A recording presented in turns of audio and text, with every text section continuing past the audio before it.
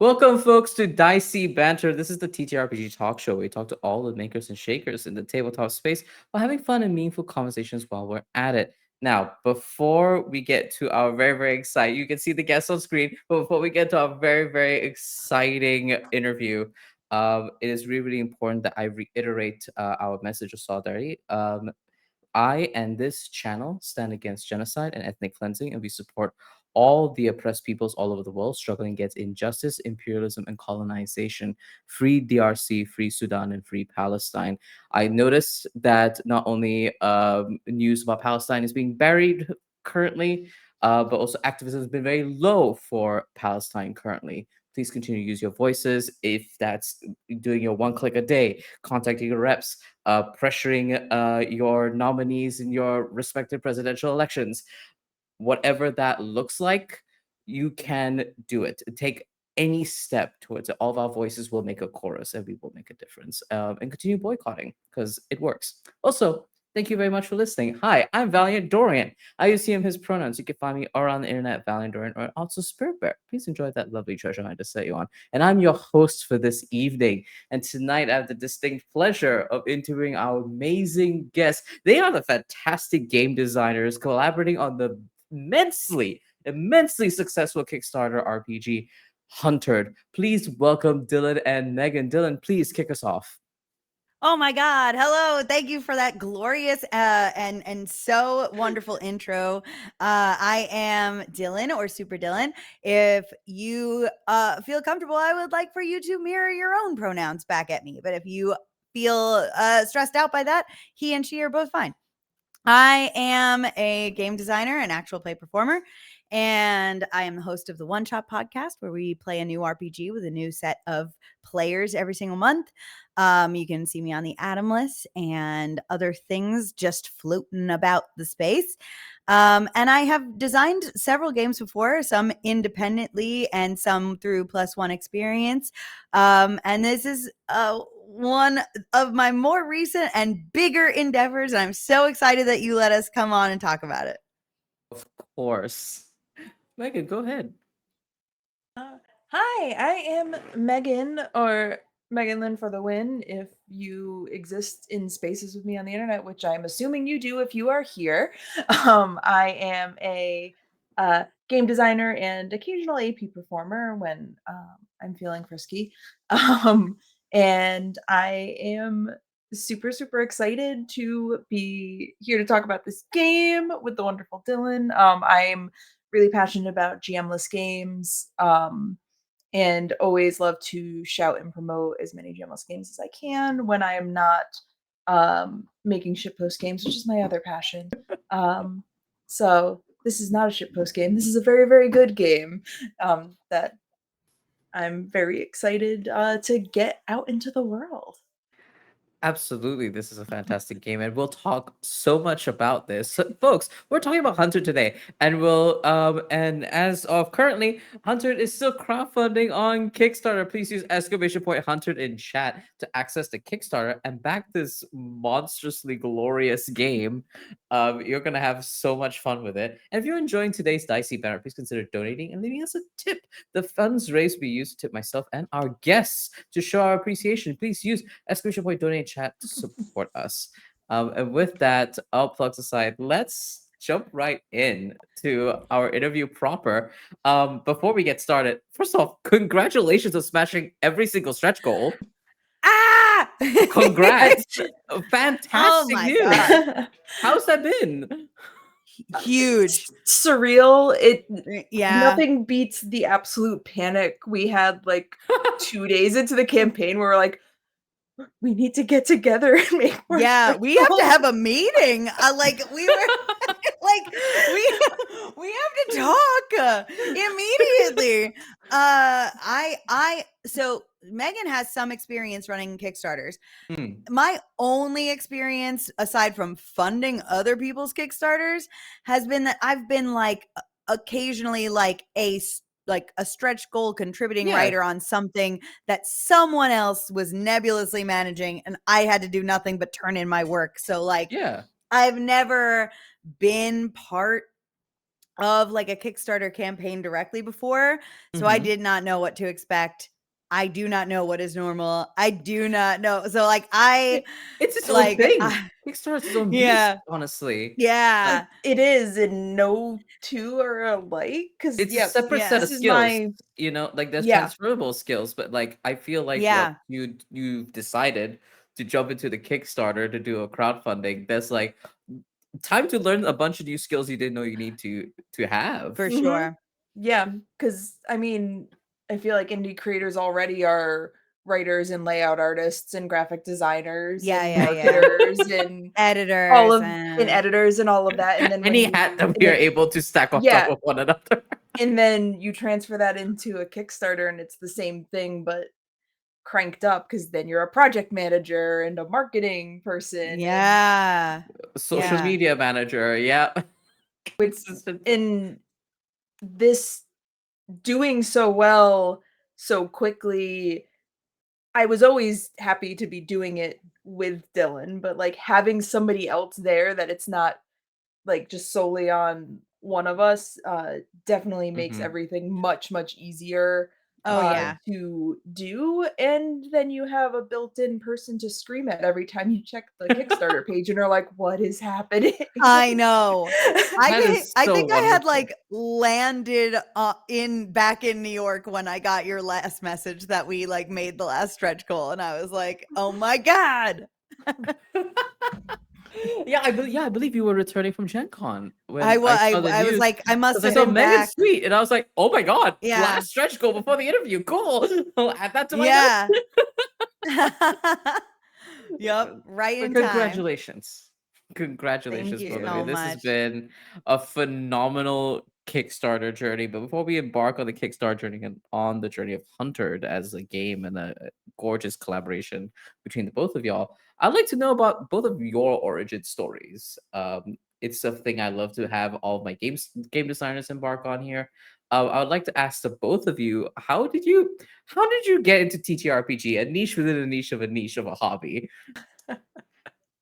Mhm. Um, I Since we're both so I got into the hobby the way a great many, um, did, and that's by, one night stumbling upon a group of nerdy voice actors playing Dungeons& and Dragons on Twitch. Hey. Sure. Roughly 9 years ago or so, I remember Mm. it was, like, episode 6 or 7, and was like, Whoa. I wanna do that, Wow. as a Mhm. former theater kid. I mean, I guess you're never a former you're when you're a theater kid, No. No, you're a you theater carry it with kid. you.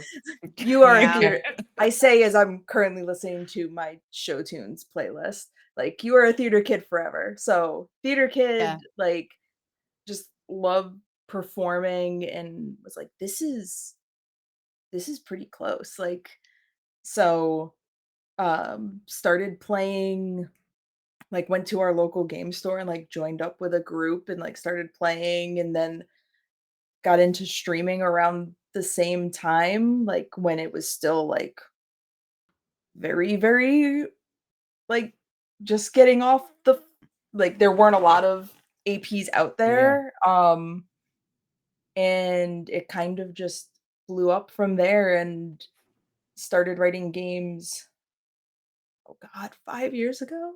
Around 2019? I wrote my Incredible. first game. What made you jump into game Wow. design from, like, being a theater I kid and joining Critical Role and playing? I so I have a degree in English.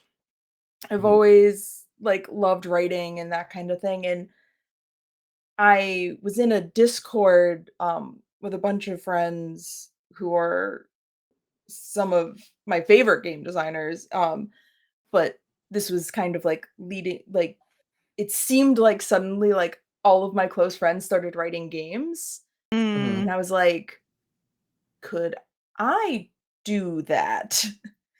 Yeah. Um, and then I did, and once I made one, I'm like, "Well, if I made one, I can make another one, and if I can make another." It was very much if you give a mouse a cookie, like, if you design a game, like, you can do another one, and another one, and another one.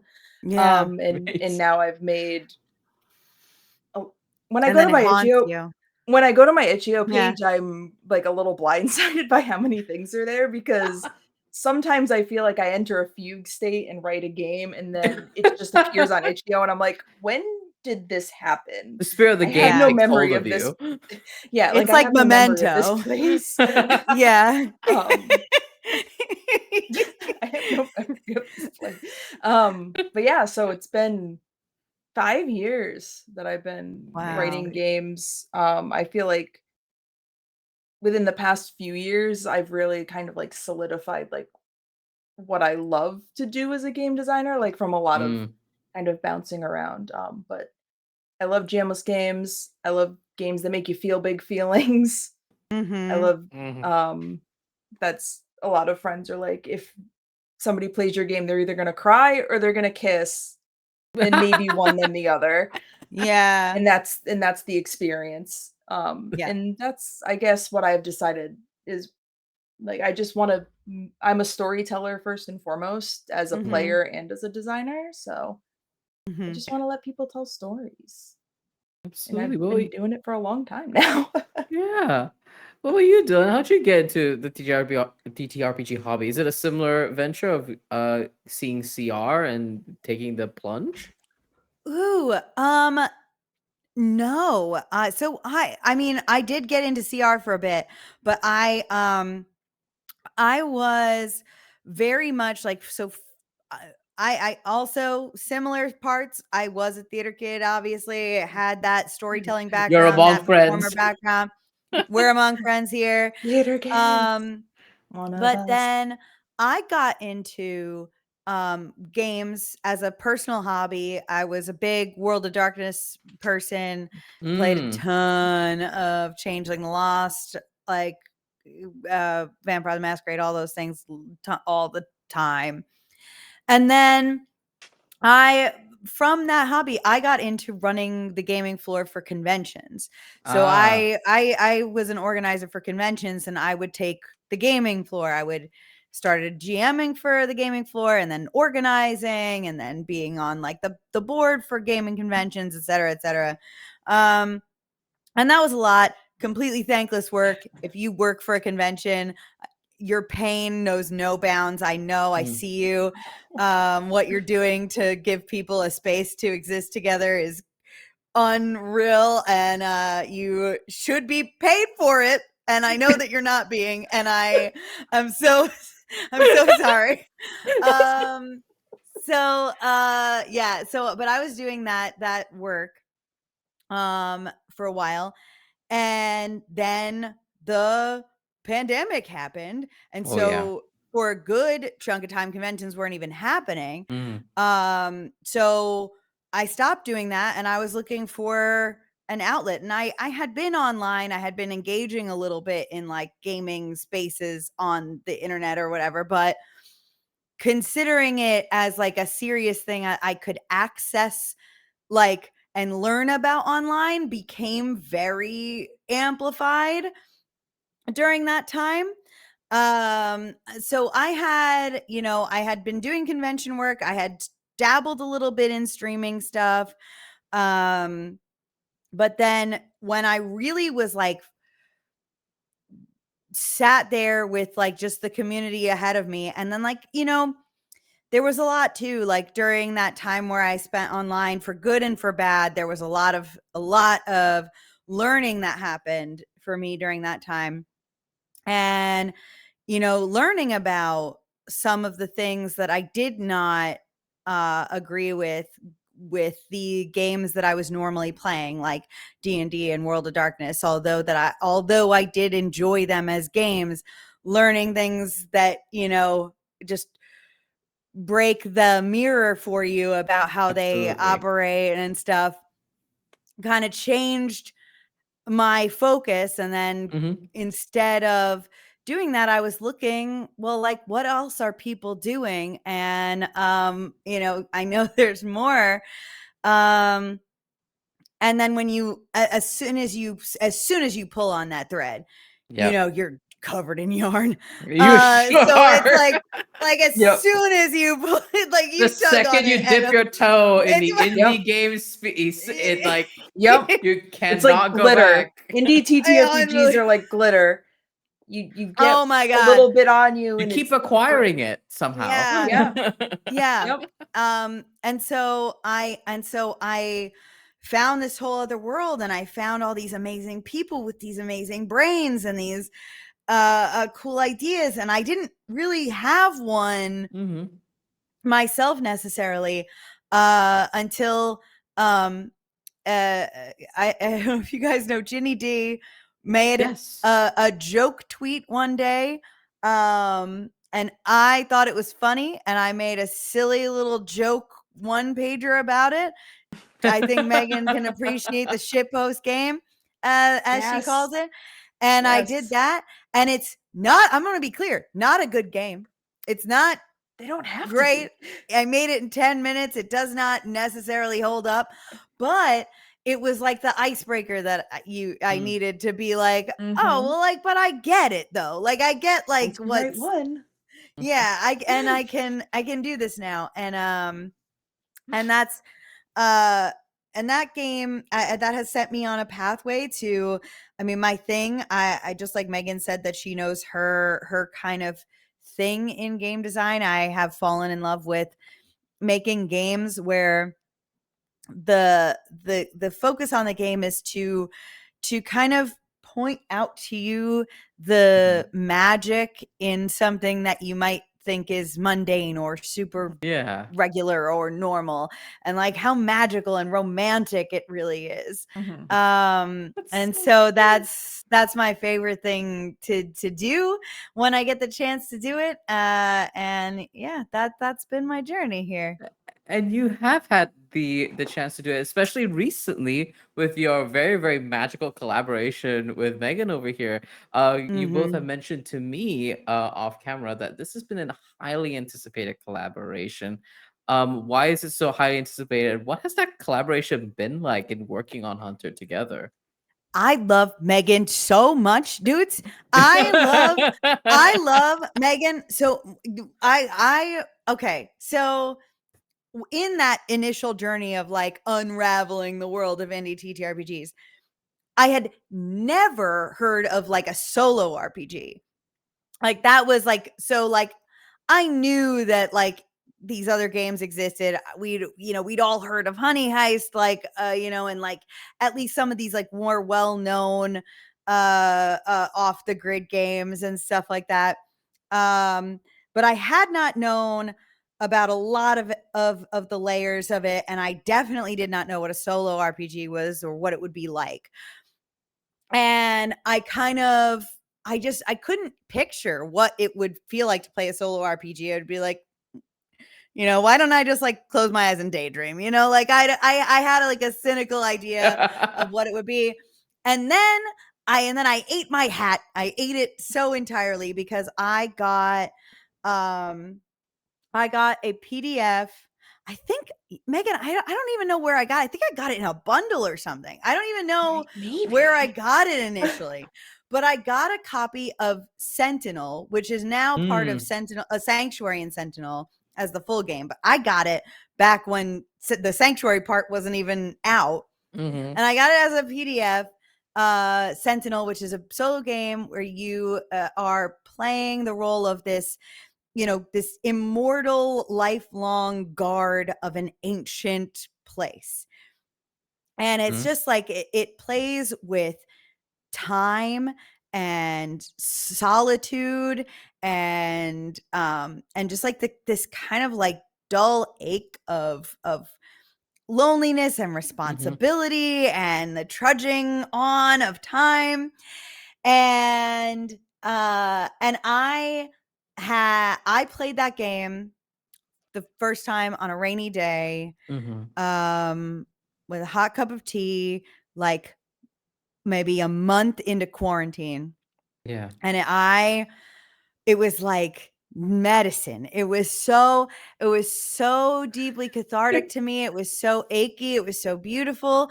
And it has been my, like, I play it when I'm sick. I play it like when I'm having a bad day. And now that the 2 parts have come out, where you now can build the actual sanctuary itself as part of like the first part of the game. So now I have 1.5 full notebooks of sentinels and their sad long lives that I love so much. So I was such an admirer and so inspired by Megan's work so right off the bat. I couldn't, you know, like, I just, when she reached out to me and was like, "Hey, I have an idea. What do you think?" And I was like, "That's mad that you're talking to me.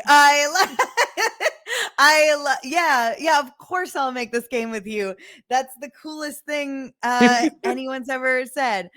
Yeah, and it was just like, it was so, like, Megan clearly understood my shit, because she was like, it's a 2-player game about monsters, and I was like, yes, okay, you get me 100%. Yep. So yeah. So, like, Megan, you were the one that initiated the collaboration over to Dillin.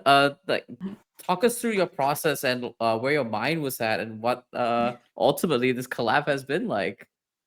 Yeah, so this game has been a game that I've wanted to write for a little bit because Mm. my game process or lack thereof is either I write a game in like 5 minutes. That's hyperbole. I either write it very, very quickly, or I sit on an idea forever while I try to Mhm. figure out what it is. And Mm-hmm. I knew the only things I knew about this game is I knew it was about a monster and a hunter Mm-hmm. and like the back and forth between them. And I knew what the base mechanic of it was. Because I Amazing. had the Yeah. mechanic idea first and was like, this is a game about a hunt. And I could not figure out anything else. And I'm like, and I had made a goal for myself to like, I'm like, I want to reach out and I want to collaborate with people and I want to like Mm. do things with people. And I'm like, maybe this is a game that I need. Maybe this is a collaboration game. And then like literally 2 seconds of thinking, who could I write? Who would I want to write this game with? I was like, Dillin, it's monsters. Yes. like When your brand is so there's strong. no like there's nobody else. I'm like it's a game about monsters. Dillin, it's gonna be Dillin.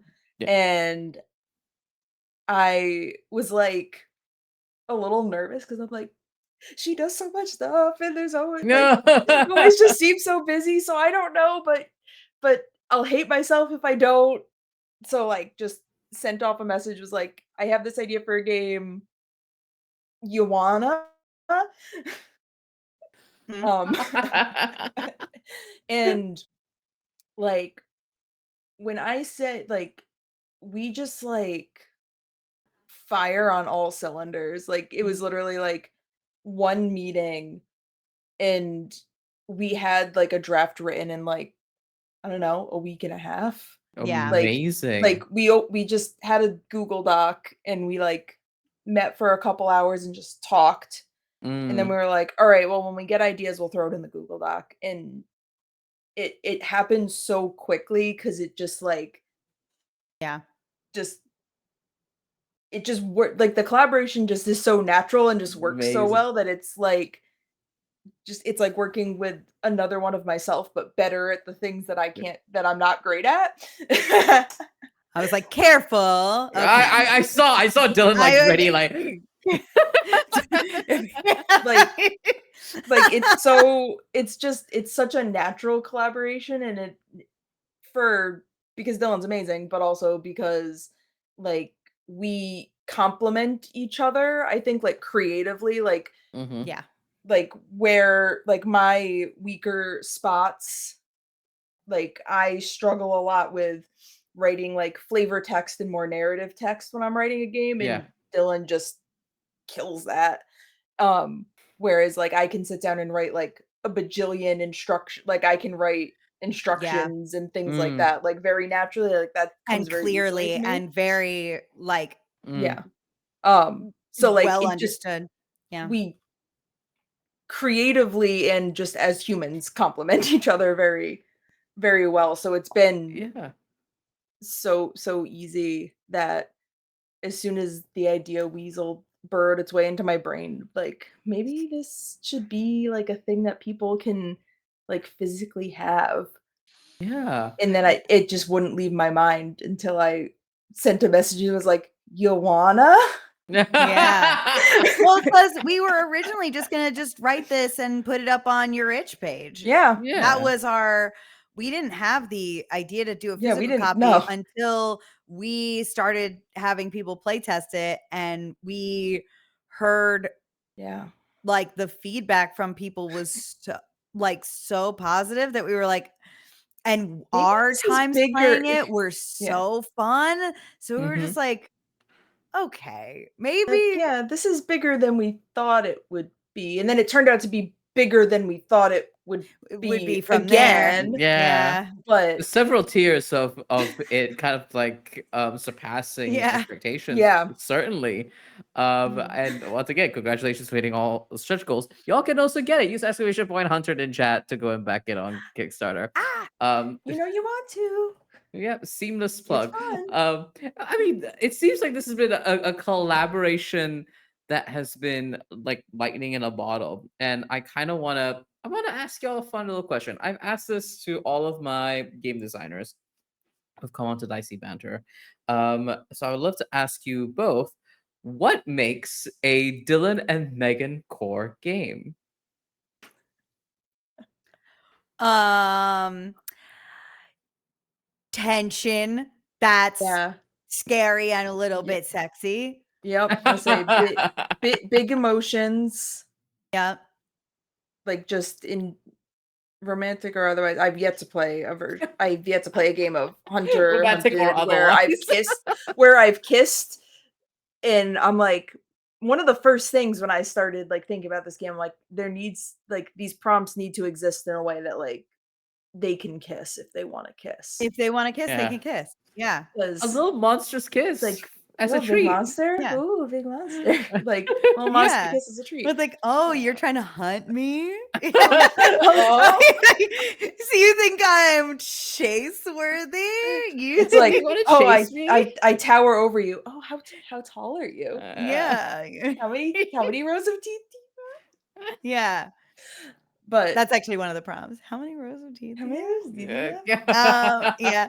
Yeah, I Uh, think definitely like, tension and big emotions. I think, like, the a narrative focus is, I think, Mm, the one of the yeah. biggest parts of it is, like, sweet. even though there is, like, a very solid core mechanic in Mhm. Huntered, it exists to support the story and not vice versa.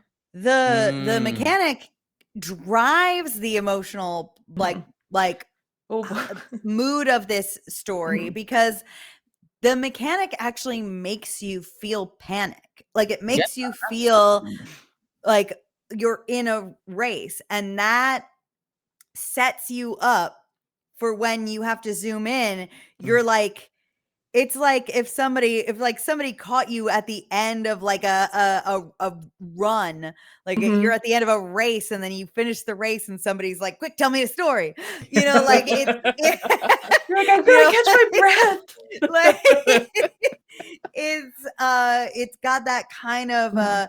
a panic feeling that it elicits, and um I think that that's something that we did well on this mhm, together is using that mechanic to capture the mood that we wanted people mm, to feel in the emotional state we wanted you to feel like yeah.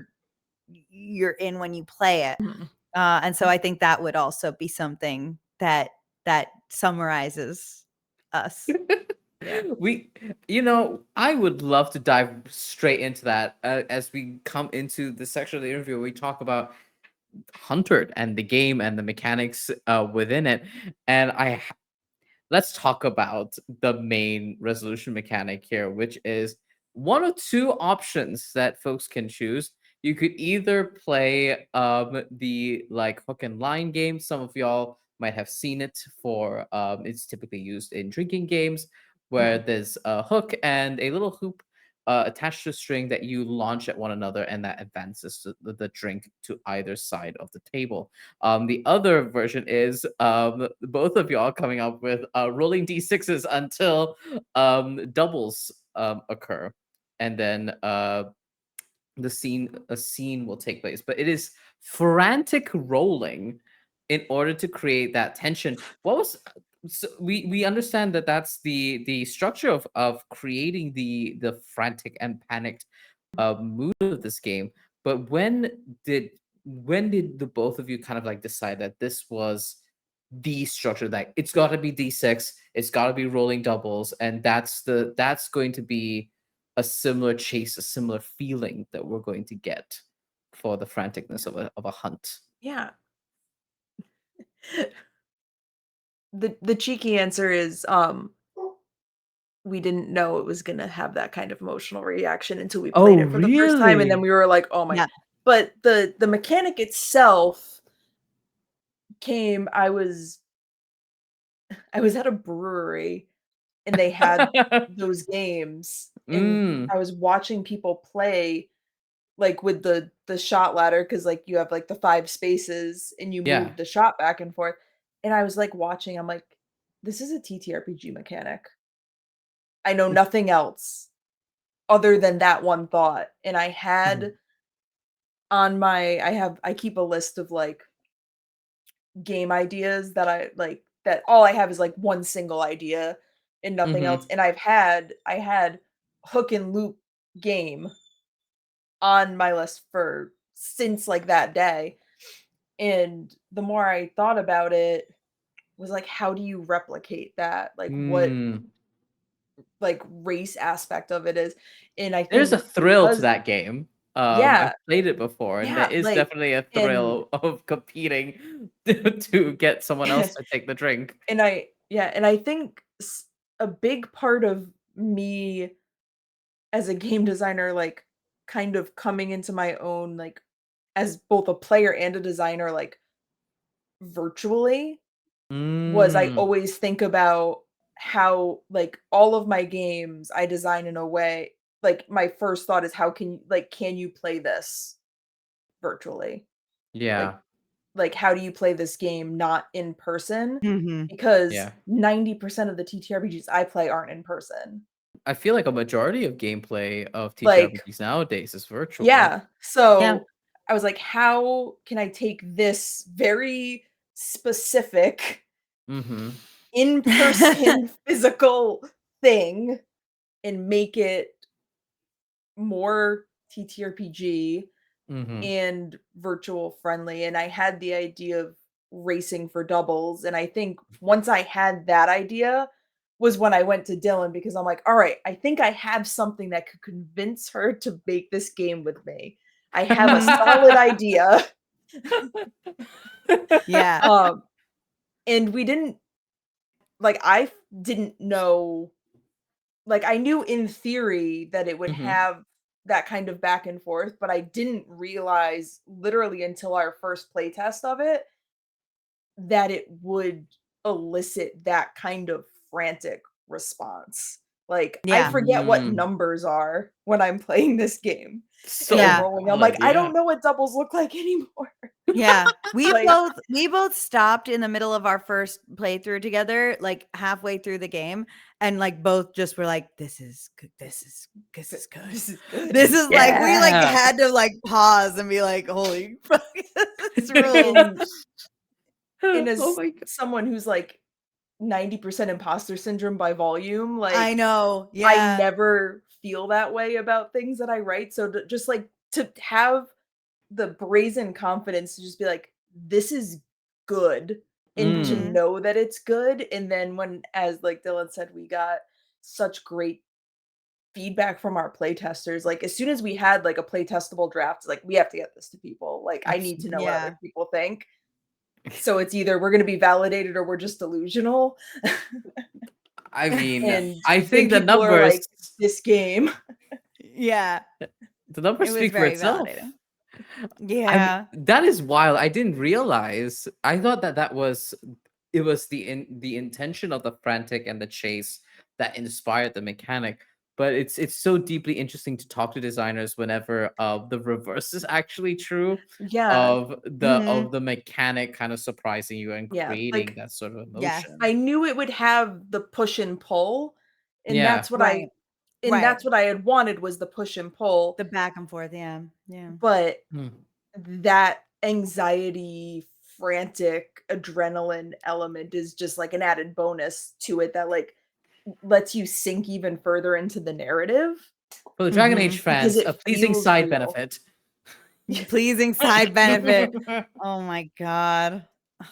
Oh my Listen, god. I'm deep in the Dragon Age brain rot. You will have to excuse me. I'm oh yeah, Oh, I fell right my back my into it. life my life I is fell Dragon s- Age brain I fell rot. so hard. I was like, I don't know if I'm even excited anymore. And then I saw that the gameplay trailer and I was like, fuck, I'm so excited.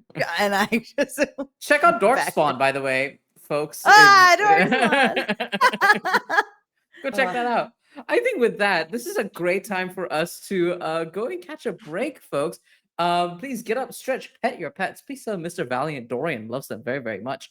And we'll be Yes. back and we'll talk more about Hunter, the mechanics that inspire the gameplay, what game designing storytelling looks like, and the pride and joy that is indie games and TTRPGs. We'll see you then. Take care. Bye. Hello, everybody, and welcome back to our incredible interview with the designers of Hunter, both Megan and Dylan over here. And we're here to talk more about the gameplay. And I'm going to dive right into the conversation here and bring up the fact that Megan, you brought up earlier that you game design mechanics to fulfill storytelling, but we've also just discussed how the in this game there's also this sort of like heightened tension and adrenaline brought about by the frantic rolling or the frantic tossing of the hoop into the hook, right? So how do you strike the balance between that mechanical and frantic chase and facilitate the space for storytelling and role play within the game of Hunter? You know, so basically in our first meeting, like one of the things Megan was like, here, I have this idea. Here's this like Mm-hmm. base mechanic. Um, you know, where do we go from here? How do we make this into an actual game that's not just play a drinking game and pretend you're monsters? You know, like it's like what do Yeah. we do? Um, so I don't even remember how many ideas we cycled through before we landed on what we landed on, but what we did land on was to have the dichotomy between the race, the chase, the emotional feeling, and the vignettes, these zoomed Mm. in moments where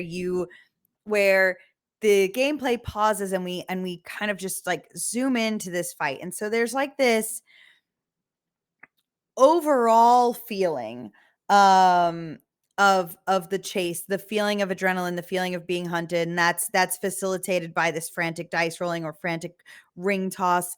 um and then when somebody advances, it's time to like to pause. And what I kind of imagine is like, do you know in Yeah. like a movie where like a pivotal thing happens, like the gunslinger fires off that shot and the movie slows down and we slow down on the bullet and we see like the the stages of shock and surprise on the other person's face and like the sweat on their brow and like are they going to reach for their gun, and like we see like Mm. their companions like turn and try to like run in front of them or whatever. Like you see like all these things in the kind of slow motion turn of a movie. And that's kind of what the the vignette mechanic is for, is to say like, Mm. yeah, we've been having this heated back and forth, but now what's really Mm. happening in this pivotal moment? Yeah. Somebody's just taken the upper hand. They've just advanced this situation. They've escalated it. It's Yeah. gone to the next level, or they've taken your advantage from you. What is what is happening in here? And then the prompt question and the moment to cool down and to stop racing is that's there to facilitate that those two different things. So I think that like sometimes you can kind of have both together, but in this particular game, we kind of separated both feelings and we're like, all right, let's have the fast pace, and then now let's have the slow motion cinematic. Yeah, playing with both kind of like sides of the coin and allowing them both the chance to breathe. What about you, Megan? What are your thoughts? Yeah, I think it it kind of is like a macro micro type Okay. thing, Yeah. like the chase itself is a zoomed out, not like there isn't like there's a narrative, an overarching narrative of the game, but Yeah.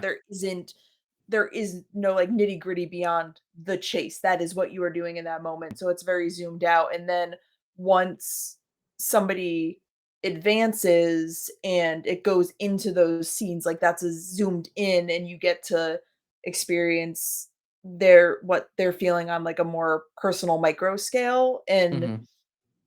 like I know I was super inspired by the game Epitaph by Mark Yeah. Hobbs, which Yeah. I love, love, love.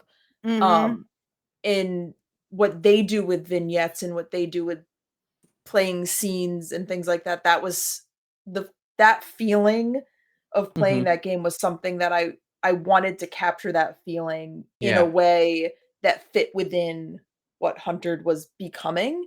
And Yeah. I think it, the answer was just a mixture of prompts that are, "This is what's happening right now in this time," prompts mixed with, "This is how this character is feeling," mixed with, "These are memories that this character is having." Like, there's you get to build these characters as you go on multiple, Yeah.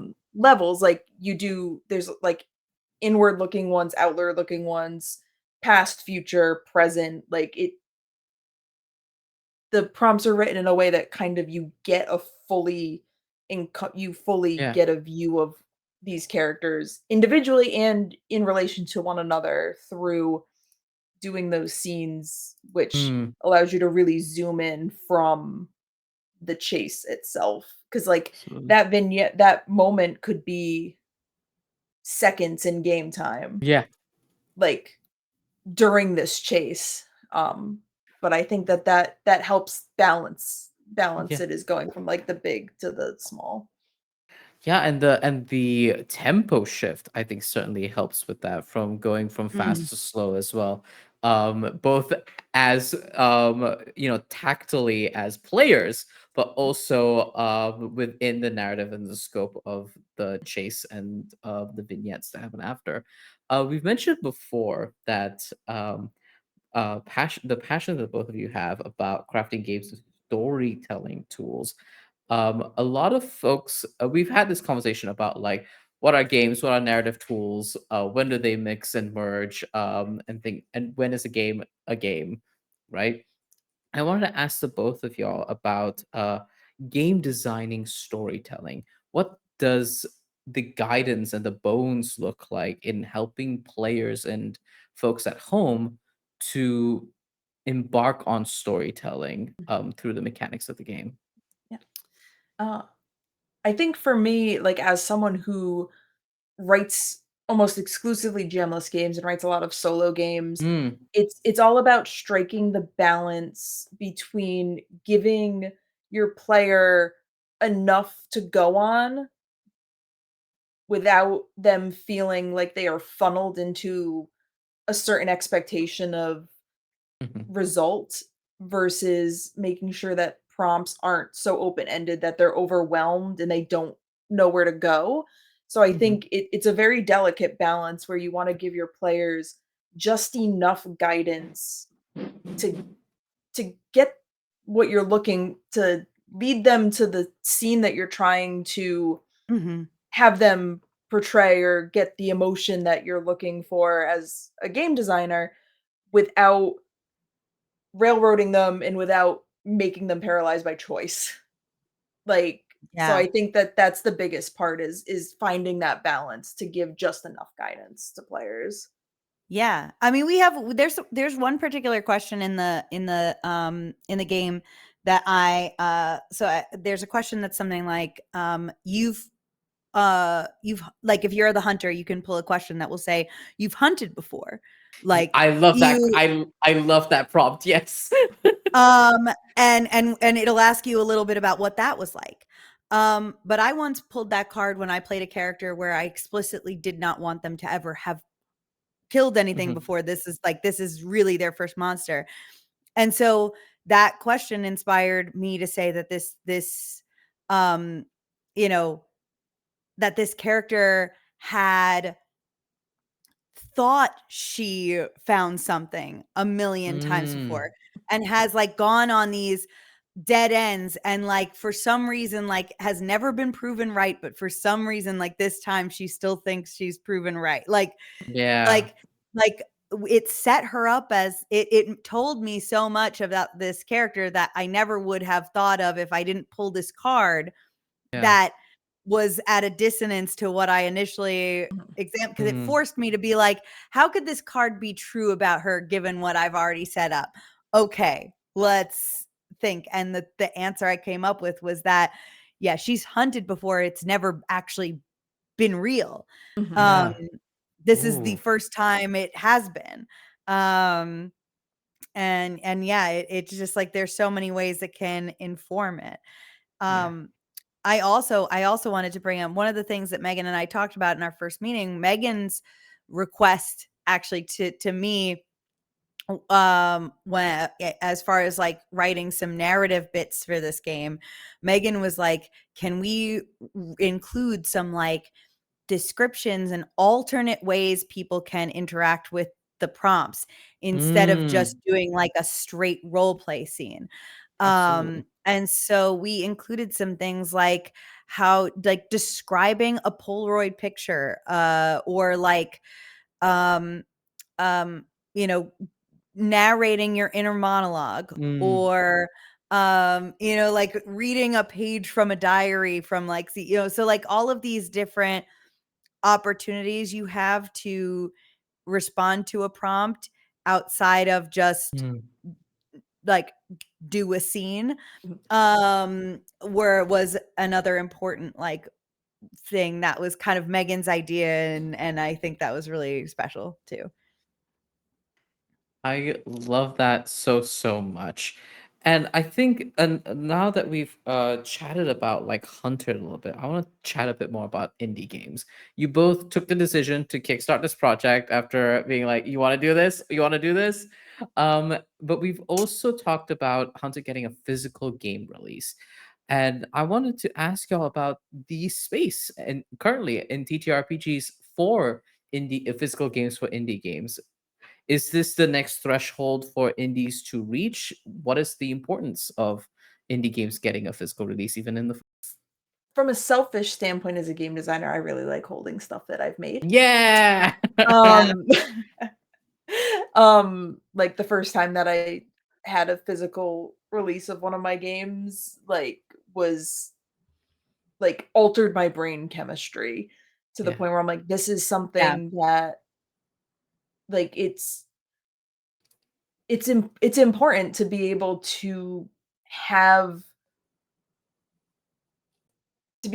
like a platform to get your Yeah. work out there. Like Itch.io is great in being able to like Yeah. physically to like distribute like PDFs and things like that, and you can have like a wide audience, but there's something about being able to physically get something into somebody's hands, Mm, and it's hard. It yeah, is It's really hard. hard. It's hard if you don't have expendable income it to is. print things, which not I would go out on a limb to say most indie creators do not. No. Um, so like Kickstarter and BackerKit and other crowdfunding platforms, like it's a great way to do it, but Mhm. I wish that it wasn't one of the only feasible ways to do it. Like there are some great publishing companies like in the space that are doing more and more, like Plus One EXP Shout especially out to Mhm. Plus One is EXP. um like they're doing great things with just trying to help indies get more visibility and Yeah. help support them and Yeah. get their stuff printed, and I think that's super important. I know, Tyler over with Possible Worlds Games is doing that as Mhm. well. He is. Yep. Um, Yeah. like, so it's I feel like there is a shift coming Mm. where it will become easier, but Yeah. it is honestly could be a is can be a discouraging part of the the sphere is that, like, I made this thing and I'd really love to get physical copies of it, but then it's like I Mm. have to I have to print them, then I have to hope that people wanna buy them, Yeah. then I Yeah. have to ship them and distribute them, and there's just so much that goes into it, but I think that despite those barriers, like, it's still super important because my bookshelves aren't gonna fill themselves with TTRPG It's zines. true. It's also, you know, it's not something that I think necessarily should be the case, but Mhm. is it the case that having a physical copy of your game does feel more legitimizing? Because I do think that, like, there is something where, um, you know, uh I know that so many of my games are in somebody's itch grade. It's not necessarily a thing I think should be the case. Mhm. Um, but I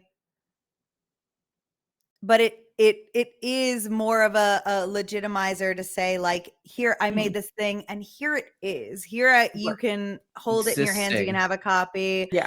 Um, it's a thing, like, okay, for instance, I'll be, tabling at FlameCon in a few weeks, Mm. and to be sitting there and at a booth and selling my things, I could have a QR code and tell people, like, hey, look, trust me, my games are good. But to have something to, like, say, look at this, like, look at what this is and how Mhm. it works, is, it's just a huge Yeah. it's a huge Like, and thing. yeah, Yeah. and from a games as a business standpoint, there are people out there that are like, "I shouldn't have to pay this much money for a PDF," as if the Oh, main well, yeah. cost as if the main cost that goes into a book is the printing, that's The the lowest printing, cost yeah. associating, like, What about all the of the work, design, Frank? like, the design and the art and everything Fuck that you, goes into Frank. everything else that goes into the game is there in the PDF too, but for some reason, like, having the physical thing, you feel like you feel more justified in being like, "Pay me money for this thing that I made. See, Yeah. Yeah. you can hold it. You take this physical thing and you You give can me hold it physical and put money. it and put it in Megan's TTRPG shelf. You can put it on my Yeah. bookshelf." Yeah. Where it belongs. Amazing. Thank you both so much for being on the show. Let us do a quick round of introductions. Thank you again for being on here. Dylan, take us away.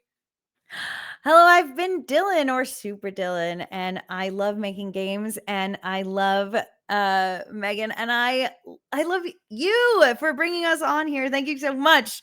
This is so Really? delightful. Megan. Yes, hi, I am Megan. You can find me everywhere you can find a person on the internet, most specifically in the rotting corpse of Twitter at MeganLynFTW. Mhm. Um, I also love games, and I love shouting about games and writing games and talking about games. And I will be at Big Bad Con in October. If you want to talk about games with me, talk about games with me. I'm hosting a shitpost TTRPG writing workshop.